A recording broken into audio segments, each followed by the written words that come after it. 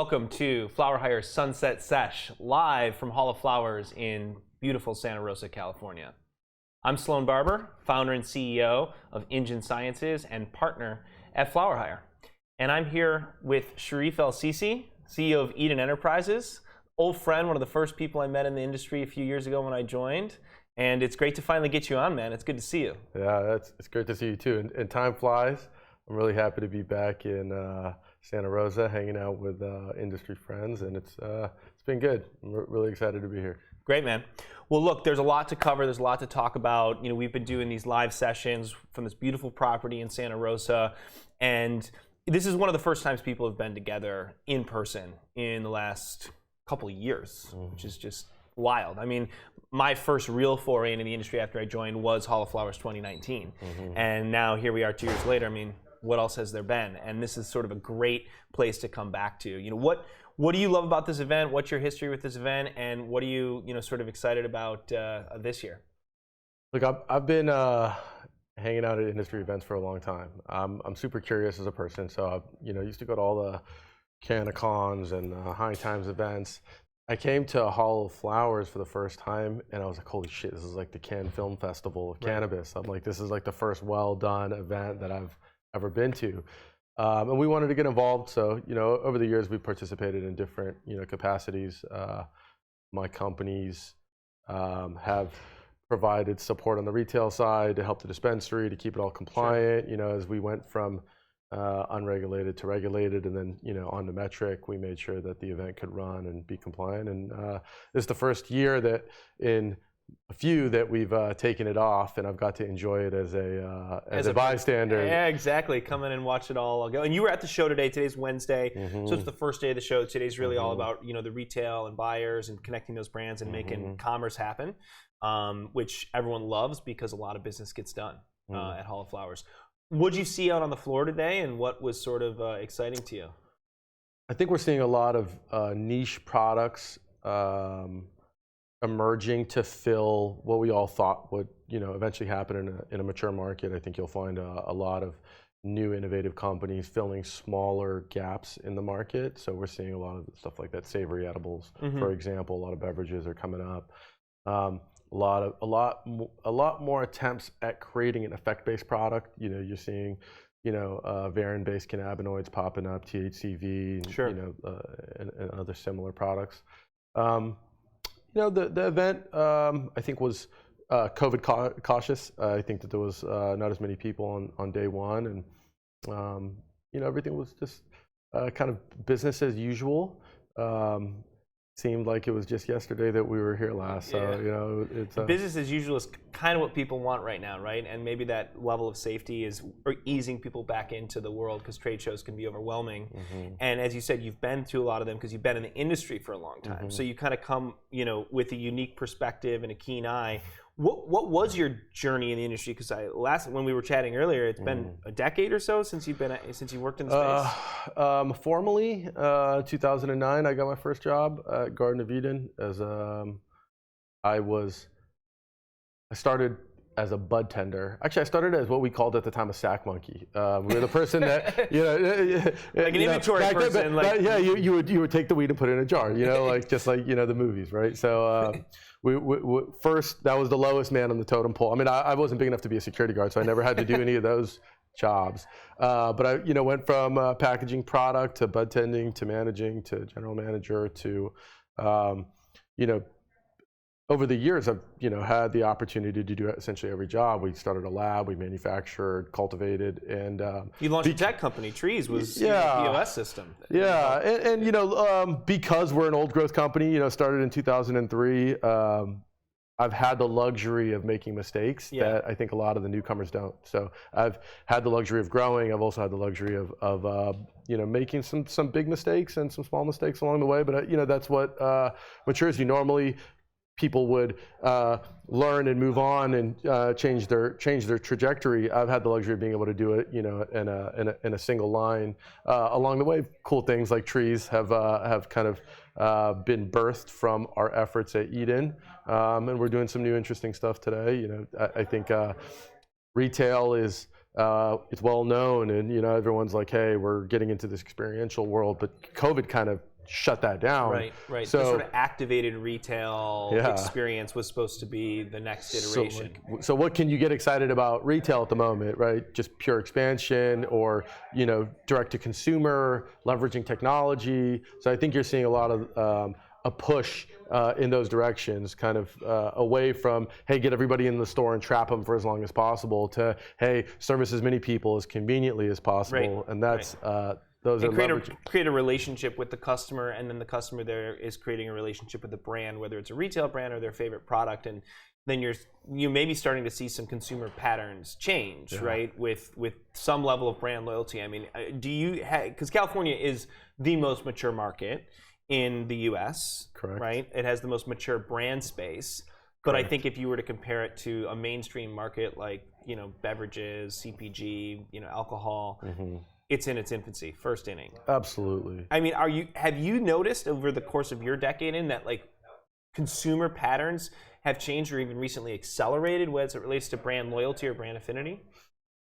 I believe that there are only a handful of real brands today. I think a lot of customers are still just deciding with their dollars based off convenience or based off value. People aren't really associated to a product based off the brand yet. There hasn't been a long enough period where brands are delivering value consistently at a scalable, format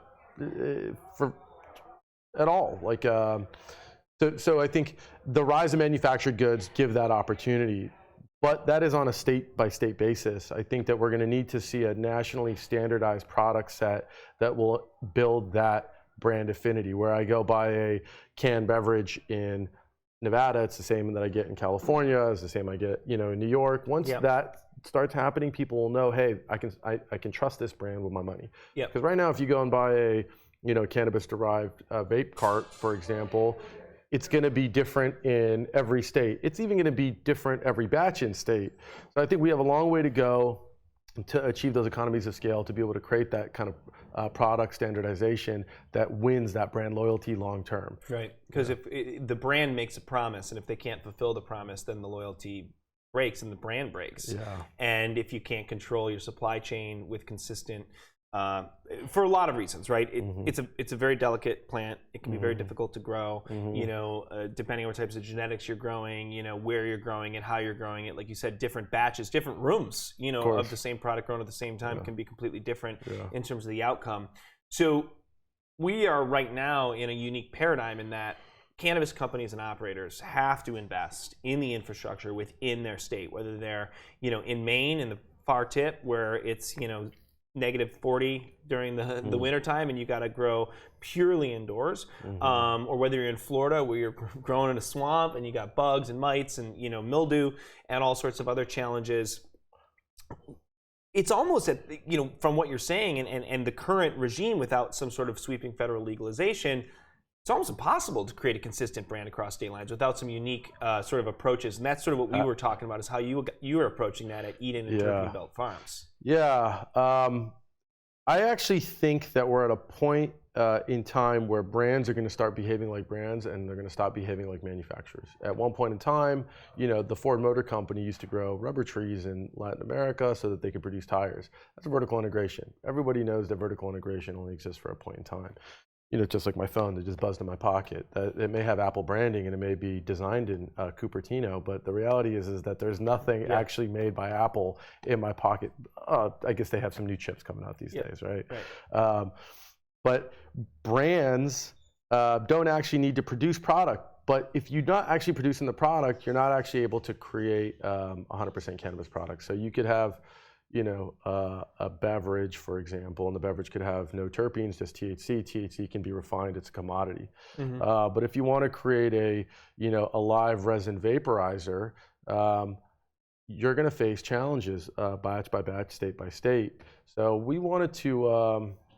Because we're obviously choking on California's horrible regulations and their lack of enforcement of the black market, we needed to find a way to basically get ahead of the curve and try to be the first to trough with the California export product. So we've been working with some genomics companies to develop type 3 varieties that have flavor and fragrance profiles similar to cannabis, and we've been growing them under the hemp framework, and we've been creating this cannabis essential oil. So you essentially breed the THC out of pure cannabis plant. Insert popular strain name that you put it through the process. I'm not going to divulge someone else's company secrets, but it's a selective breeding process. It's not genetic modification. It takes it takes some time, but they're able to get the THC low enough where we could grow it at scale. So currently we farm a few hundred acres of this really high quality cannabis, hemp, whatever you want to call it. And it's outdoor grown, Northern California. Grown in that, in and around the Emerald Triangle. Beautiful, grown right in the foothills of the Diablo Range. California is known to have the perfect climate for agriculture, specifically high-value agriculture. In the wine industry, it's referred to as terroir. Yep. We grow terpenes with terroir, and we do it outdoor, and we do it at scale, and we have partner farmers that farm, garlic for Christopher Ranch, and who grow tomatoes for Heinz, and we get to leverage some of that infrastructure and trucking infrastructure with the tomato canneries, and we're now kind of just part of this Northern California agricultural monster that really providing jobs, providing local economy, and providing innovation in a lot of ways. I understand you have, I haven't seen it, although I look forward to one day, but I understand you have quite a large extraction machine up there, so because you take the grow straight out of the ground and you put it right into extraction, fresh, never frozen? Well, high value crops are treated with a lot of care. They don't harvest grapes during the hottest part of the day. They don't harvest olives during the hottest part of the day. When they pull olives to make olive oil, they make the oil within a certain period of time. Grapes, same thing. They get crushed immediately. So instead of because the whole reason why cannabis is frozen is to preserve terpenes, to capture those really volatile compounds, the spirit, right? It's like when a human dies, the spirit leaves the body. It's no different with a plant. So we've built this really well. Because the terpenes will evaporate no matter what if it's just a shelf. So you got to catch them immediately. Yeah. So you basically cut it and we take it fresh, never frozen. We don't add any of those costs or material handling touches. Take it straight to oil in about 90 minutes. Wow. And when it's in oil, it's preserved in that oil. Yes, but essential oils, terpenes, have the tendency to degrade. So you have to get that oil, you have to cool that oil, you have to freeze that oil, you have to treat that oil like the liquid gold that it really is, and make sure that it doesn't degrade. Our whole motive is to create a 100% cannabis input that is repeatable across batches, across states, across countries, across time. There's only one thing that we can't control, and that is the outdoor growing environment. So that's how you get a vintage product. A wine grower they do every single thing the same, but Mother Nature is the one that actually decides how your vintage is going to turn out. Right? There could be a fire, there could be heat, there could be rain. All those same things impact our oil. So we treat our oils like vintage products. It's not a commodity. Cool. You can't refine it. You can't make it better. It has to be quality from the start, from the genetics all the way to the material handling until it gets to customer. And we're fanatical, and we have a maniacal focus on quality. And I've tried your product. One of our partners, Timeless Vape Company, really great vapes. They have a noir product that has some beautiful terpenes in it that I had last night. And the flavor profile, is of a high quality, hit of flower that you would get outdoor sun-grown flower in a shelf-stable product that you could ship anywhere. And then they can just add their own THC, which you said is a refined commodity. So they don't have to grow if you're in Maine or Massachusetts or Florida, where it can be hard to grow quality product. You don't have to even bother. And they're actually the first company to capture the brand value of California. If you pick up a Timeless Noir line and you look at their box, it says terpenes from Northern California. Yeah. And that's the best-selling product line in the state of Arizona. So, they're doing a great job. They're, for me, my favorite cannabis brand. I think that they've captured like that hype beast kind of mentality and brought it to cannabis and just kind of brought it down to earth a little bit and made it, made it reachable. We met some of them last night, Jasmine and a few other members of their team, and it was just a great product, and you could tell the brand had been developed because the founder was a lifestyle and clothing person, right? So that's another space where brands really truly do exist. And so I'm curious, as you look, you're building, products that scale across state lines, scale across countries,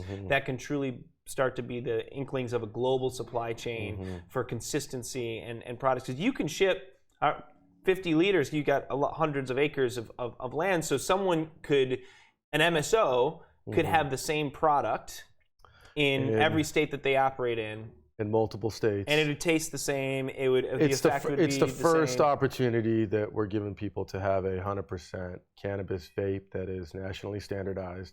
And the companies and brands that have figured that out that they don't actually have to go set up these $1 million extraction labs. All they need to do is go find a lab who has a source of biomass or distillate. They teach them how they want it to be refined. They give them their SOPs.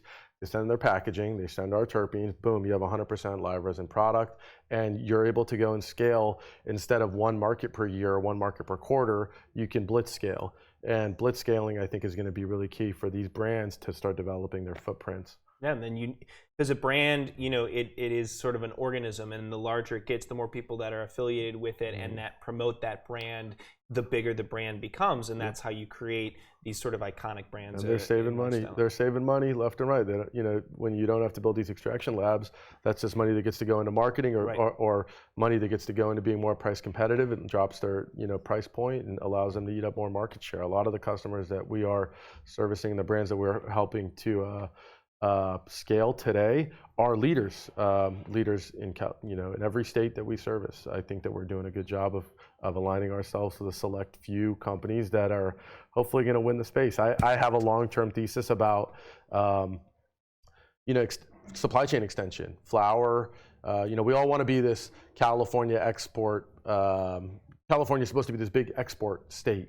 We have all this heritage, the legacy, the terroir, all of these things, the brands, the varieties, but you can only scale flower so far. Flower is not a shelf life stable product, right? You're not going to put a flower onto a climate controlled jet, right? It's not like fruits coming from Latin America that get to ripen in a container. No. Flower has got to go in the jar, ripe, and it starts degrading immediately. There's companies like Bovita that are trying to promote shelf life extension, but they fix moisture.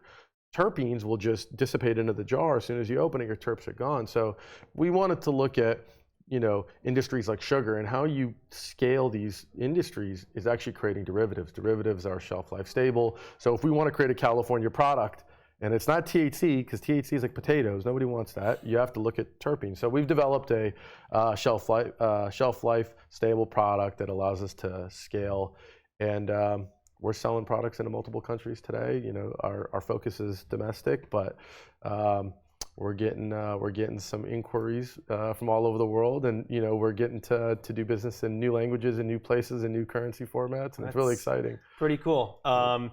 Exporting the essence of California cannabis in a legal framework on an international level is certainly a pioneering fucking spirit and opportunity. And congrats on an amazing career and all the success that you've had thus far. I'm excited to continue to stay connected and watch it grow. Final question. You love Timeless, but what's another big brand that maybe, or not even a big brand, what's another brand that really speaks to you that you're super excited about, that you think is going to take it all the way? I love Level. Level is a company that makes, they were the ones that kind of pioneered minor cannabinoid usage in California, and I'm a science robot. When you peel back the human layer, I love that stuff. And they've got a up, they've got a down, they've got a left, they've got a right, and they interweave cannabis terpenes with all their products, and they're great. I like the people behind that company. And favorite, if I have to go on the flower side, I'm a Skittles fanatic. Yeah. I want the original Z. That's what I want. I mean, generally I try to stay off flowers. I don't like what's happened with all the flour and breeding and the cakes and the high THC. I'm an old school guy. I want 12% GDP. Same, baby. So I know when somebody pulls out. I don't want to have to take a half puff of this pre-roll and then go to bed. But now, I mean, when knowing enough about terpenes, now I know, hey, a linalool could kind of outweigh any THC. Beta-caryophyllene, the energy that it gives you can, take away the effects of overly excessive THC. So we're starting to learn how terpenes and THC interact with each other. Yeah. But I'm more terpenes cautious. have been the supporting cast or even behind the scenes for a long time. Now they're coming up, and you realize they're a main character in the entire sort of experience of cannabis. It's simple. THC is a commodity. it doesn't matter what your starting input is. If it's biomass, high grade, low grade, trim, flower, Moroccan brick hash, crude oil, distillate, it's all THC. It can all be refined. You can make any of those things pure.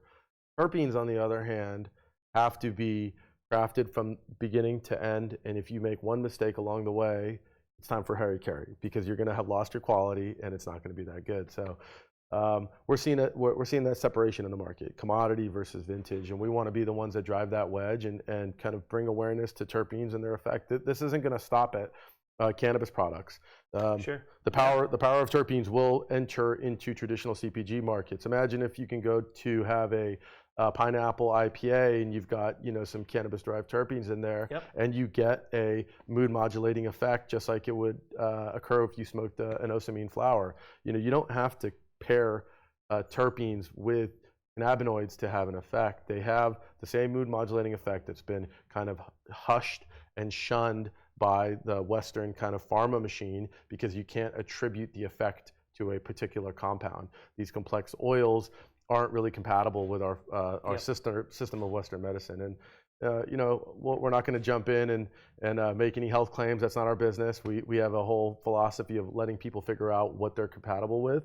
And I think there's a whole kind of learning experience about cannabis. Hey, I like pine. It does this for me. It does that for me. So we're trying to shift a lot of paradigms. It's not just on supply chain. We're trying to shift the conversation about how cannabis is talked about and how cannabis is scaled. And we're really proud to be kind of in this position, and we're going to do our best to make sure California cannabis gets to every little nook and cranny and bodega all over the world. Well, as a New Yorker, I frequent those bodegas. I can tell you they're not selling California cannabis today. Maybe some Delta 8 vapes that are of questionable origin. Yeah, but I look forward to that day. I love your products as well, and just love connecting with you, man. It's always good to see you. It's been a pleasure. Yeah, we got Shareef El-Sissi, CEO of Eden Enterprises. Thanks for joining us on FlowerHire Sunset Sesh live from Hall of Flowers, Santa Rosa. Catch you next time.